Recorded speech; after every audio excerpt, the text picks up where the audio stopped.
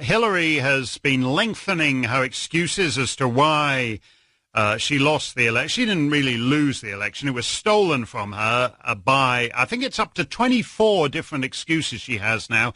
Number 24 is content farms in Macedonia. And as I said, my grandfather was a Macedonian content farmer, and we often think about, gathering on the porch and recalling the old days on the Macedonian. He never thought that the old content farmers he left behind in Macedonia would one day steal the U.S. presidential election. They are gnarled, hard-working Macedonian peasants, and the way they were able to reach out and steal the election. News agency AFP reports that Prime Minister Zoran Zaev and his government will consider legalizing recreational marijuana next year. According to the report, Zaev said, quote, "We will listen to the voice of the citizens, and then the parliament will act accordingly," unquote. Interesting phrase there. Again, Zaev said that, quote, "We will listen to the voice of the citizens, and then the parliament will act accordingly," unquote. In other words, just like Zaev listened to the voice of the citizens in the September 30, 2018 referendum on the name, which lost in a landslide, and then his parliament, with a little help from the U.S. Embassy and others, did the opposite of what the Macedonians wanted. So much for the, quote, consent of the governed, unquote, a hallmark of democracy. Curiously, the AFP report also quotes Zaev stating that legalization, quote, is expected to bring an annual income of 250 million euros and open up well-paid jobs, unquote. What the news report fails to state is the extent to which the Zaev family is involved in growing marijuana plants. To its credit, the AFP also notes the recent theft of 2 tons of marijuana from different growers and how most of it has not been recovered. We'll discuss all of this and more on this episode of the Macedonian Content Farmers Podcast. I'm Jason Miko, coming to you from the foot of the Catalan Mountains in Oro Valley, Arizona. And this is Cvetin from Skopje, Macedonia. Cvetin, how are you? It's been a while since we've talked. Yeah, we had to do a brief break, what was it, 2 weeks maybe? 2 weeks, something like that? Yeah, I know. We've all been traveling and busy with other things. Yeah. So, Not like anything important is happening. Well, as we were talking just before we got on this podcast, here we are. We're getting ready to celebrate Christmas here this week. Then we've got New Year's next week, and then Christmas, Orthodox Christmas in Macedonia the week after that. So these weeks, and of course, we just celebrated Thanksgiving a couple of weeks ago. So once you get at least in the United States, once you get into mid-November, through the middle of January, and then you combine that with all of the holidays and everything going on in Macedonia, it's a slower time. And I think people, to be honest, are focused on, frankly, more important things than politics, like family and friends and Christmas and New Year's and all of these things. Plus you throw in, of course, the pandemic, which people are still worried about, etc. And there's just a lot more to life than politics, which is good. I'm grateful for that.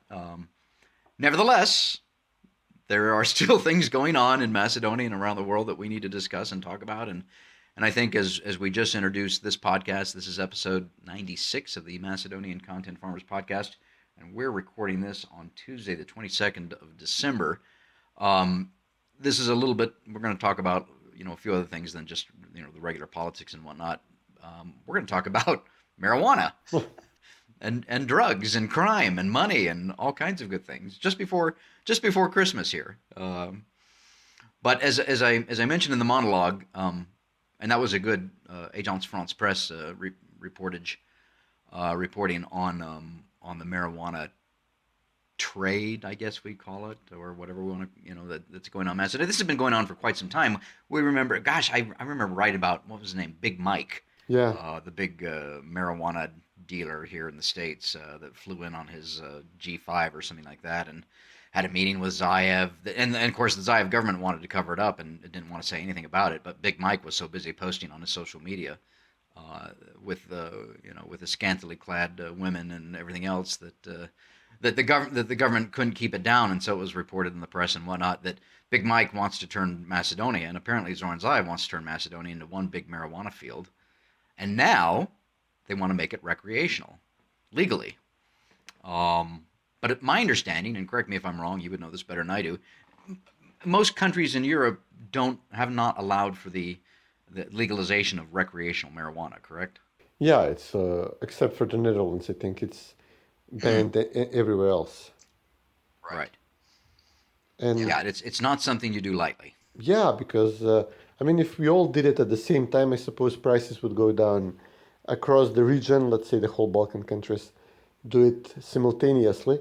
But if we are the only ones who do it, then you have cheaper, more available drugs here, and a huge incentive to bring it out to Bulgaria, to Greece, to Serbia. Okay, the borders are currently closed, so you really have to smuggle it using donkeys or hiding it in cargo in trucks who are allowed over the border. But by definition, if we are the ones who are allowing it and everybody else is still banning it, the prices shoot up, and the type of people who would be doing this type of transporting are the type of people who would, at some point, kill a police officer or, bribe politicians, etc. And our government is not only very open to being bribed; it's actually insists on being having the front seat in managing the entire business. So practically the Zaev family is directly involved in this business, and Zaev is issuing licenses to people around him, to his cousins, to his relatives. So his priest, even his bishop, even has, Wow. and his lawyer. So this is like the inner circle of the Zaev family who are receiving these licenses. And you can imagine the type of corruption we'll be having around this business.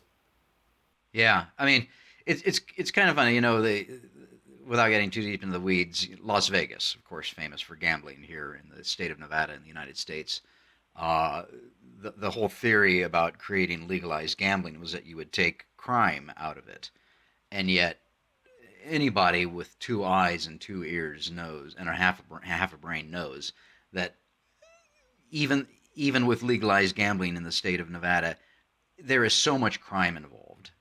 It is never going to go away. Colorado, which famously, next door to us, famously legalized marijuana a couple of years ago, crime is still rampant within the marijuana industry. And you legalize all drugs, there's always going to be crime. It's part of human nature, I think. Plus, it's just something, again, you don't have to be very smart. You don't have to be well-read. You don't have to have a high IQ. I think it's just inherent, if you're a human being, to know that the idea of just legalizing drugs to make your country quote-unquote rich, which it won't do, is just, there's something unseemly about that. It's just dirty. It's gross. Plus, it won't work. Colombia would have been the richest country in the world by now. Exactly. Yeah. So it's just disgusting the way he treats Zaev and his family treat Macedonia almost, well, not almost. They're blatant about it. They treat it as if it's their own business, and they've decided that growing marijuana and legalizing it for recreational use and selling it is the best way to make themselves rich.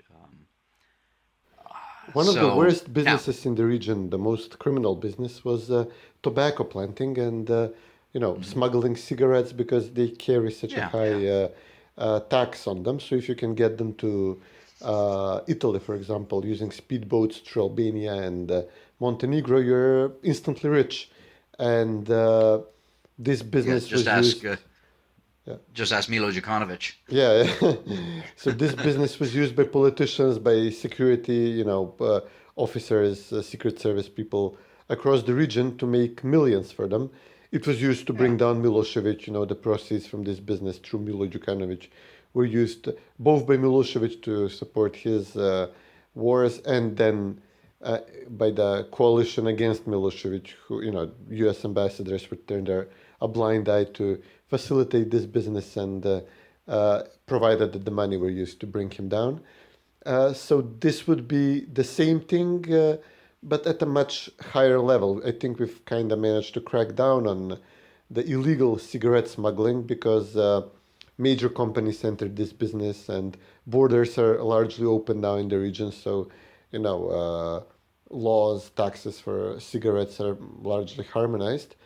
And still, you cross any border here, you keep getting asked, "Are you carrying any cigarettes with you?" And this would be much worse. I mean, Zaev is trying to give a progressive spin on the whole story to get people from his side supporting him. Like, okay, we are legalizing this drug, which is not a drug, stop being such squares about it. But in fact, first issue is that he is personally involved in this. So this is like direct corruption on the part of the prime minister, giving licenses to himself and then legalizing the business even further.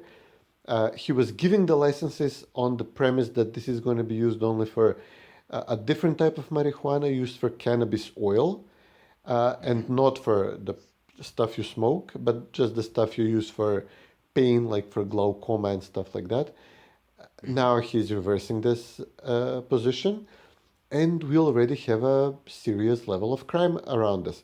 So some company from Zaev's city of Strumica had a plantation in Valandovo, and they had like 2 tons of marijuana prepared, again, allegedly for oil extraction.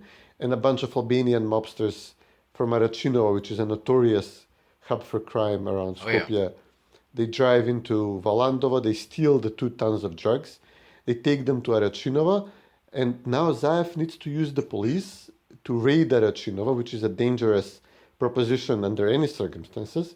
We had police officers killed there before the war in 2001. We had people killed there in 2001 when Arachinova was the main center of, Albanian guerrillas were fortified there, and then the U.S. Army had to take them out. I remember it well. Yeah. And so, we're getting very close to having police officers being killed because they are acting like Zaev's personal drug enforcement agency, not enforcement in the sense, they're like the narco soldiers of a drug lord in this sense, raiding one gang, and they're the other gang in this sense, our police, trying to get back the drugs which the prime minister planted and had people plant and grown and had stolen from them. And now they say, okay, well, we only found like several hundred kilograms. Most of the drugs apparently disappeared in Kosovo, which is very convenient even for the producer, because if you're extracting oil out of it and you're making, X, but then if you sell it on the black market, you're making Y, which is much greater than the original profit. So it's very likely that the producers actually hinted or even hired these crooks to, bash their own guard in the head and steal the drugs and sell it on the black market for a much greater profit. And now the prime minister of the country is being questioned at the press conference where he was supposed to discuss European integration and judicial reform. And the questions are, sir, did you find your drugs, your marijuana? Well, no, actually, most of it probably ended up in Kosovo. And, he most likely sold it to the people who stole it. It's like, wow. Jesus. And then there's another raid. There is a plantation in Kruševa, and there was a smaller quantity stolen. But it's widely reported that the person who did the stealing, the gang, are relatives of the deputy interior minister, who is from Dui. So we have SDSM and Dui stealing their own drugs at this point. This is the level we're at right now. Even in Albania, which is the marijuana capital of the region, you do not have the prime minister running the business personally. He's smart enough to have to appoint people, who are publicly known, like the drug lord of Albania. And from time to time, he arrests some of them or raids the village of Lazaret or some region where it's grown. Zaev is not smart enough. Zaev is actually, doing this personally, and he's not even shy about it. Right. Wow, that's depressing when you say that. But let's go back to his quote there. He said, "We will listen to the voice of the citizens, and then Parliament will act accordingly." Now, of course, the first question is, will the citizens, decent men and women, Macedonians and other groups that live in Macedonia that are citizens, will they speak and say this is not right? Will faith organizations, will the church, will the imams, will the Jewish community, will the evangelicals and others stand up and say this is not right? Will doctors and other health professionals stand up and say this is not right and it will hurt Macedonia. It will hurt our youth. Will people speak? No, when he says we're going to listen to the people, he means he's going to have several leftist NGOs and his people on Twitter drum up like support for this. Like, finally, we're joining the civilized world, which has legalized marijuana, like Colorado and the Mountain High State and the Rocky Mountain Netherlands. High, Colorado. And this is what he means by this. He's going to have like an expert. He's so persistent about this. He's been insisting on this, COVID strikes. He says, well, a way out of the economic crisis of COVID is going to be marijuana growing.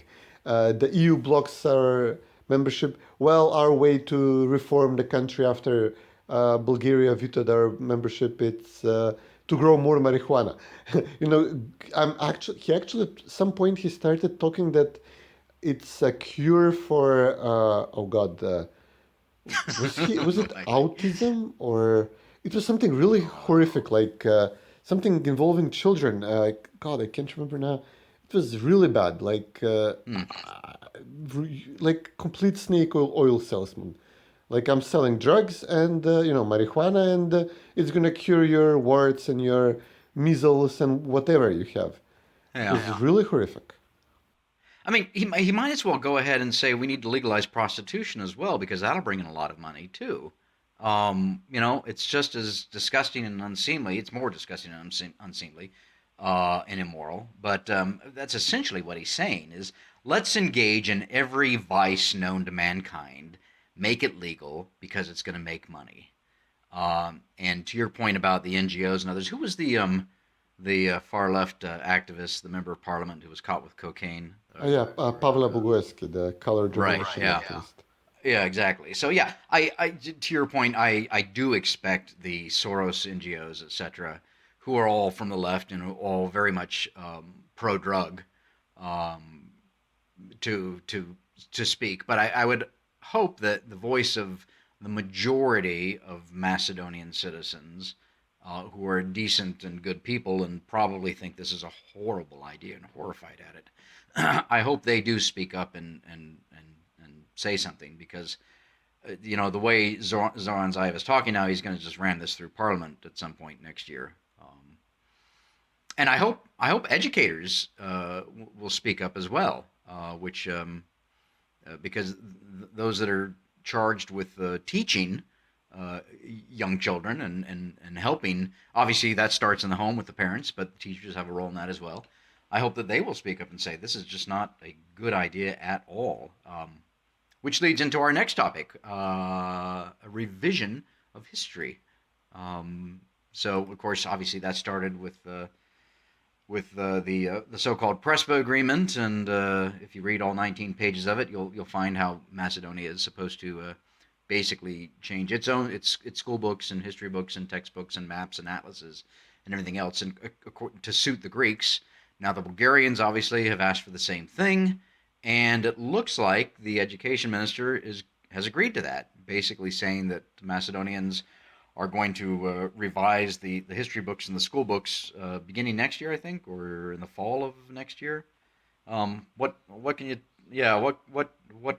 on there? Yeah. First, an observation on the educators helping on marijuana. When they say don't do it, it's actually, they're considered lame and not interesting, and the kids might just get the idea, okay, if the teacher says don't do it, I'm going to try it. But then when the government tells you it's cool and acceptable to smoke marijuana, that might actually make it uncool and destroy the entire business. All right, good point.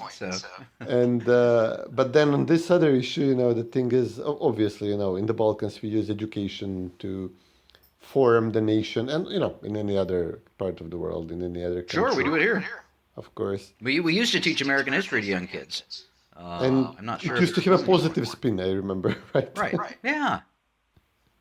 Actually, I was having dinner. I was having dinner with sister and her husband and their kids the other night, and both of my nieces were able to quote a good portion from memory the Declaration of Independence. Seriously? Now, yes, that's because my sister homeschooled her kids until high school, and then they entered a private Christian school where they are taught the same thing, basically. But I guarantee you the public schools don't teach that here anymore. Yeah, if they teach it, it would be like this horrible white male came and destroyed the paradise on earth. It was, Which one? There's so many of them. yeah. Oh God.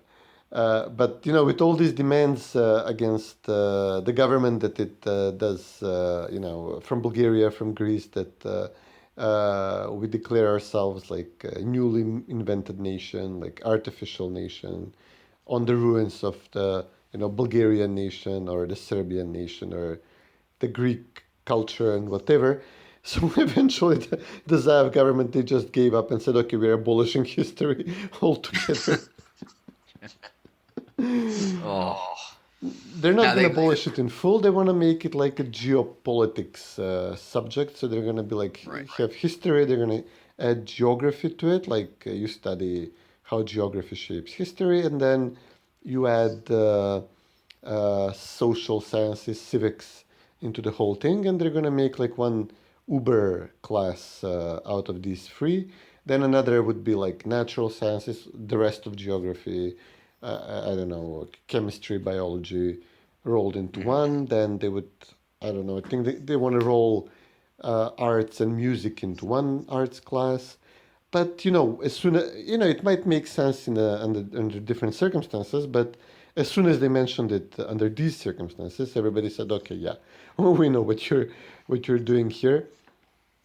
We had the joke that they're going to divide geography in Western and Eastern geography because that's the way the country is going, splits is. But making such a major reform of education would be a perfect, in their mind, opportunity to just delete all the bits of history that Bulgaria or Greece object to and just rewrite anything they find objectionable and start afresh in a process of building like a new nation with highly selective elements of all these studies, especially of history. Yeah, no, absolutely. And I'm looking for some of the quotes I like to talk here about history. Oh, here it is. George Orwell, of course, the most effective way to destroy people is to deny and obliterate their own understanding of their history. Alexander Solzhenitsyn, to destroy people, you must first sever their roots.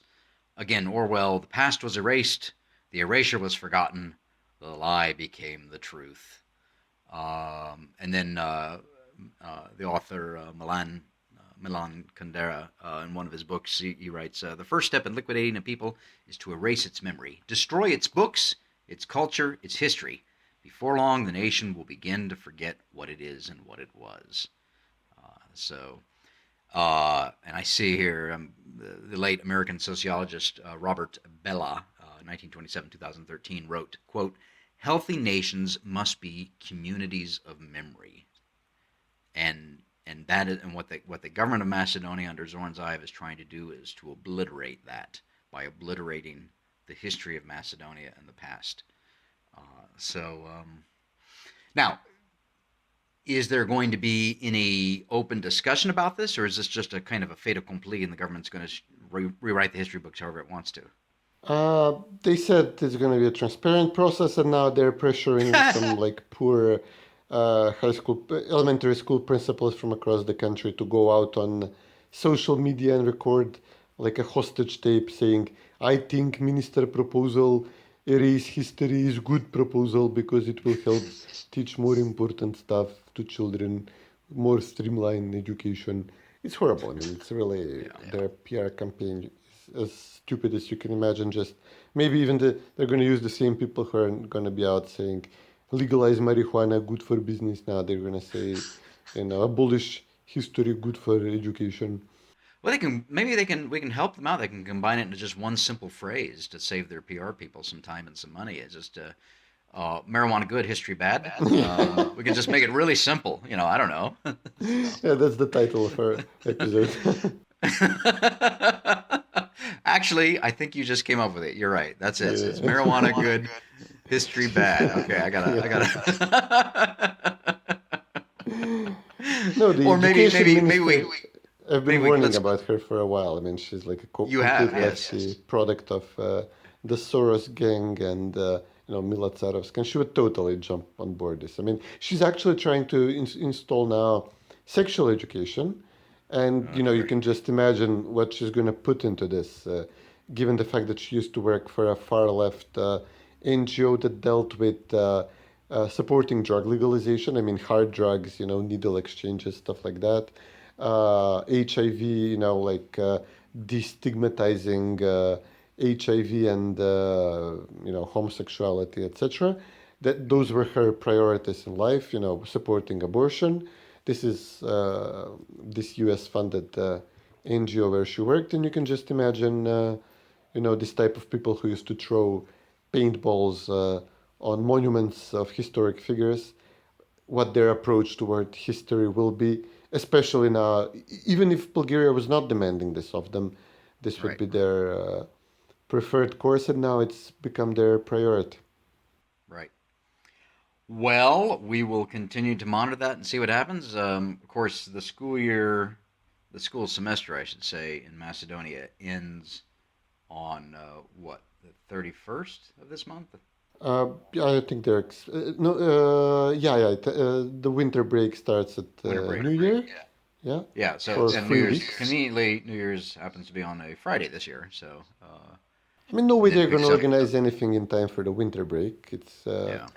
going to be maybe next year, maybe never, the way things are going with Bulgaria. Well, yeah. So let's talk about that a little bit. Let's pivot. Have to talk about Bulgaria.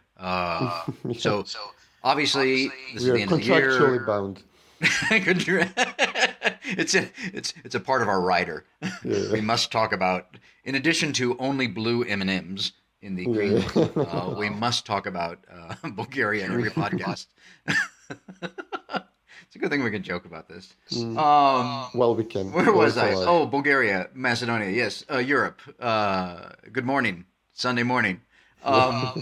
So here we are at the end of the year. Obviously, Macedonia and Albania, we have to lump them in, did not get the green light, the go-ahead to begin EU talks, even though it's been promised for about 4,315 years. Germans failed.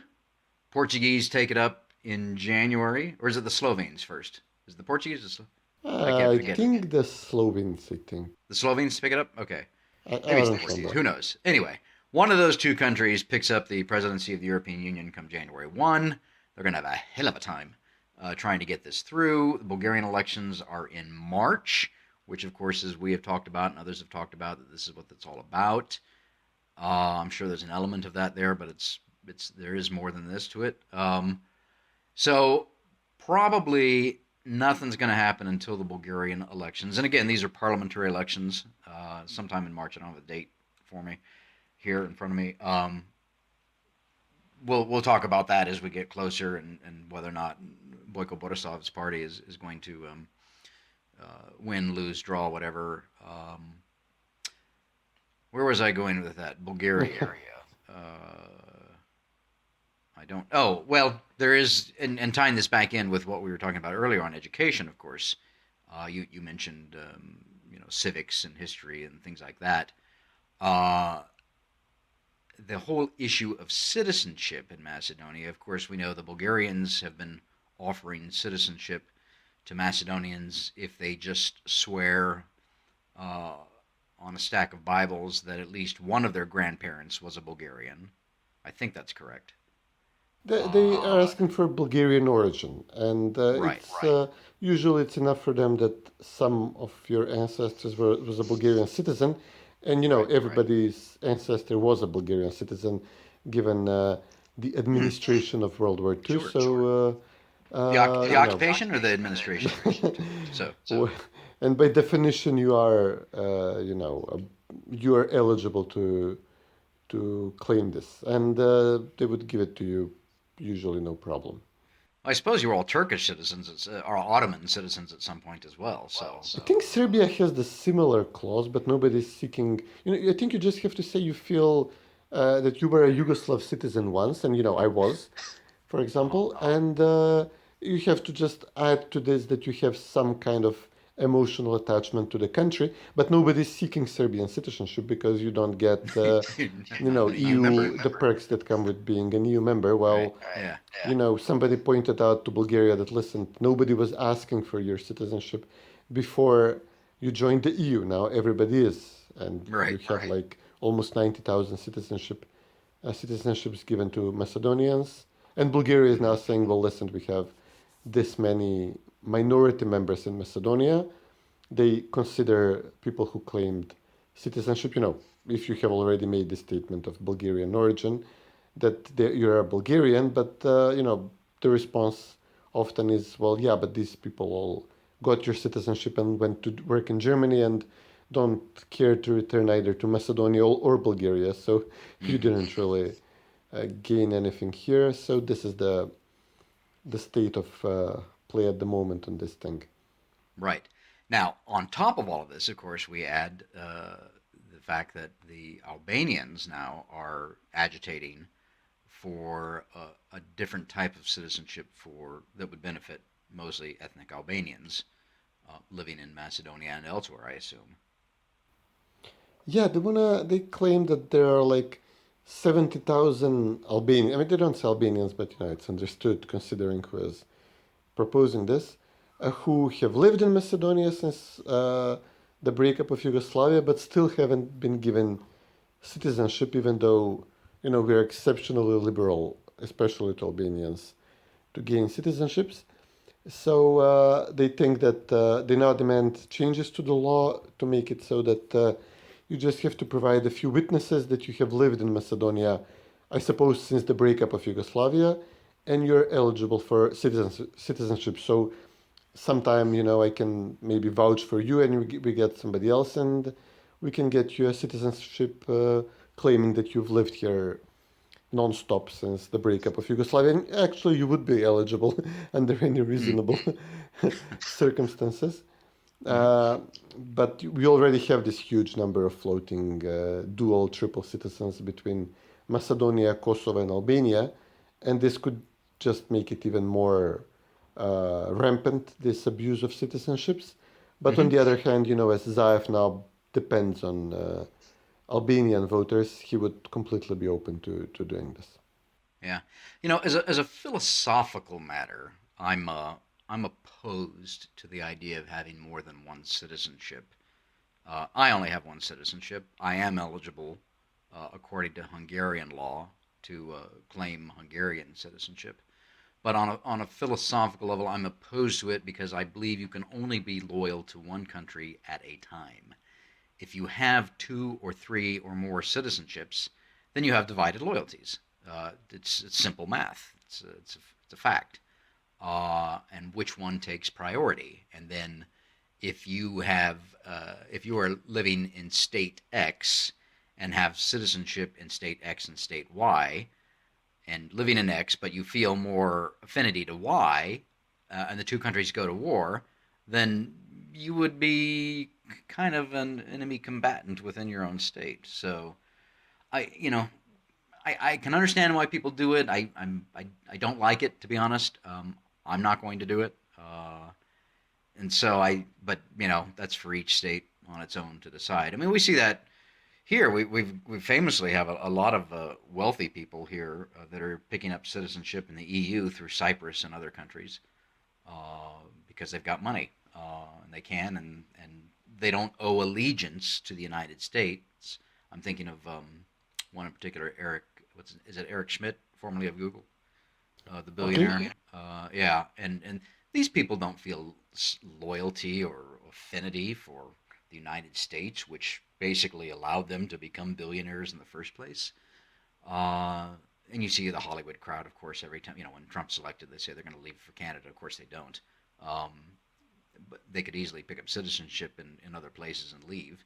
But they don't feel any love for the United States, which is dangerous, to be honest. Because it over time, that kind of an attitude and that activity and eventually degrades the state, I think. But I think this is all a function of the fact that the United States is in a late republic stage. late empire, late republic, late republic. So anyway, that's another subject for another time. So what else we have to talk about? It's been a couple of weeks, as I said earlier, that since we've talked. We've got Christmas, the New Year's and Christmas coming up. People are more focused on more important things like family and friends, just surviving, avoiding the COVIDs. That too, yeah. What's that? Yeah, that too.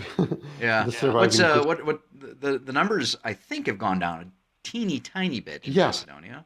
That's good. Yeah, it's There's some slightly good news. peaked, and Yeah. we're down to almost under 20 deaths per day, and it used to be much more. So Yeah. we consider it, a good trend. Good. The hospitals, they were operating at capacity. Bunches of COVID wards were opened across the country. Actually, in Skopje mostly, in the large Mother Teresa clinic. In every individual clinic in this complex, you have like a COVID ward. The quality of care is not good. The death rate is abysmal, even by regional standards, not mention Europe-wide standards.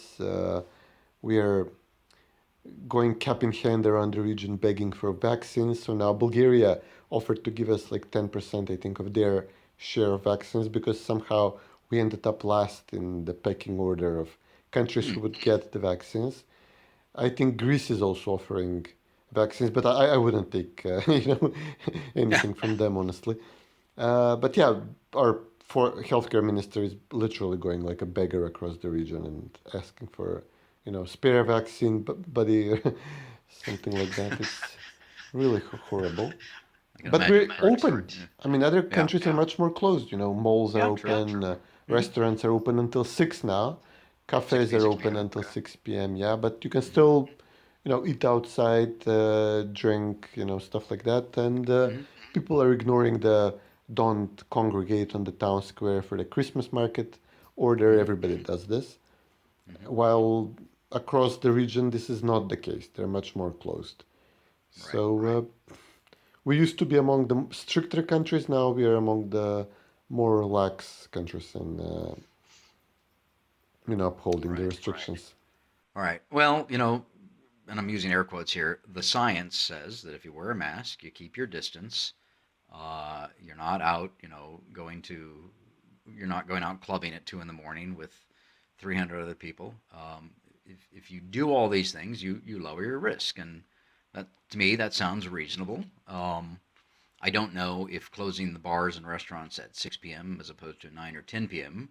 makes a difference. I don't know if the COVID takes a break after after 6 p.m. or something like that. I'm not sure how that all works, but I guess they got the reason for it. Of course, unfortunately, it's the restaurant owners and the waiters and waitresses and kitchen staff and cooks and others that suffer because they're not getting the income they need. And I hope the government is doing something about that. But knowing this government, I doubt it.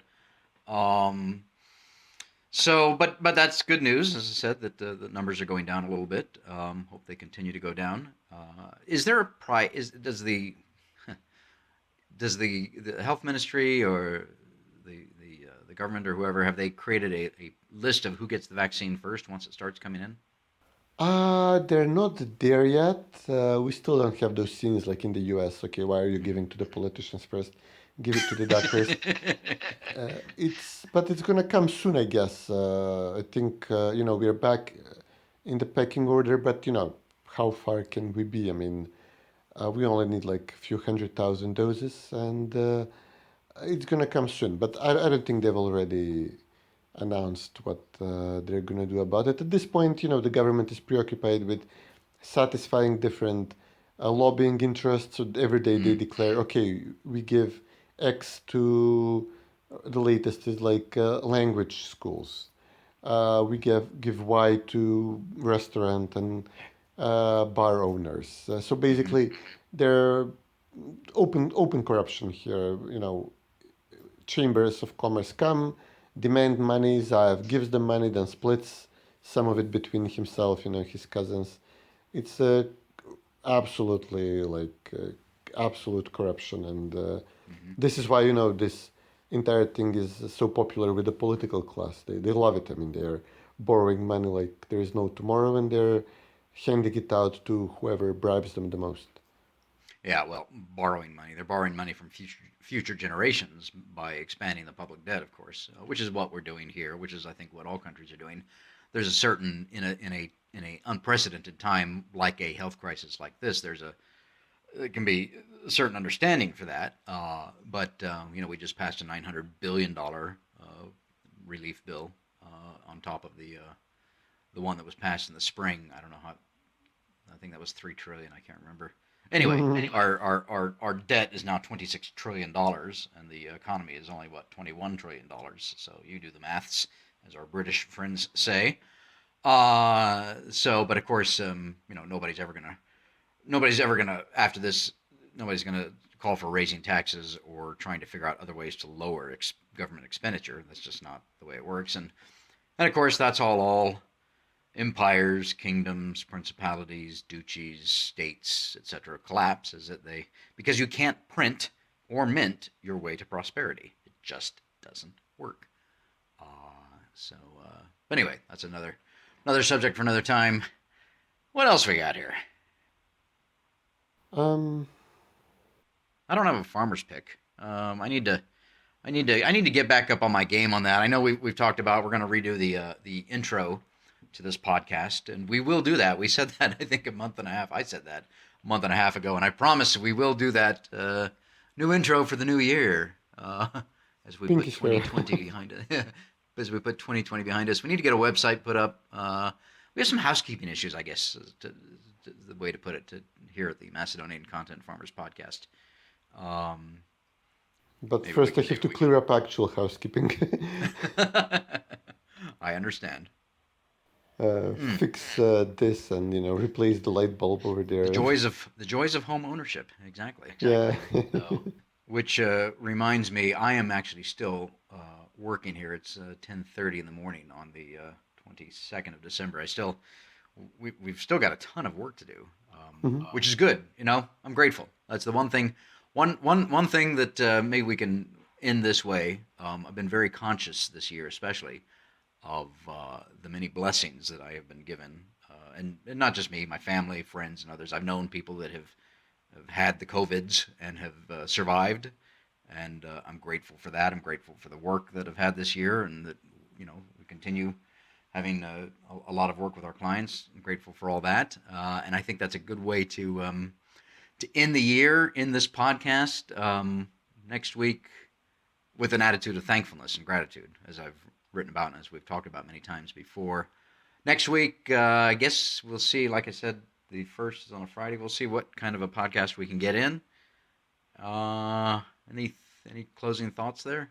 Yeah, I'm feeling grateful, but also grateful. I'm becoming insufferable now with the year, which has actually vindicated everything we've been warning about, and we're practically being proven right about everything we've been saying. It couldn't have been more obvious how everything we've been warning about Zaev, his treaties with the neighbors, that's not gonna bring friendship and goodwill among the neighboring countries. It's gonna be a disaster. His fight against crime is gonna be a complete disaster. So everything has turned out like coming up Milhouse, and I'm really becoming insufferable in this regard. So maybe hopefully next year, okay, we've it's done. We saw what happened. Maybe just give it a few more months. It's actually very amusing to see the Bulgarians keep pushing Zaev on the Tito issues, on the issues the left cares about here. But after that, we really need to stop this and remove that person and see what we do next and how we can start building a normal country again. And hopefully this would be work for next year, for the whole of next year, and then for a long period afterwards, I'm afraid. Couldn't agree with you more. I mean, it's a situation where I hate to say, we've been proven right, but we've been proven right, like you said. And to your other point there, I think, Zoran Zaev is famous of saying there is no alternative. Well, which is, of course, is a way of shutting down debate. It's a logical fallacy. There are always alternatives. And you just got to be smart about it. You got to sit down and think and figure it out. And if Bulgaria is just going to keep saying no, then that's that. You have to figure out something else. And drugs and making Macedonia one giant marijuana field and selling drugs is not the way to go. So, anyway. All right, I got to get back to work here. So we will. Unfortunately, we will talk again next week. Absolutely. Take care, buddy. You too.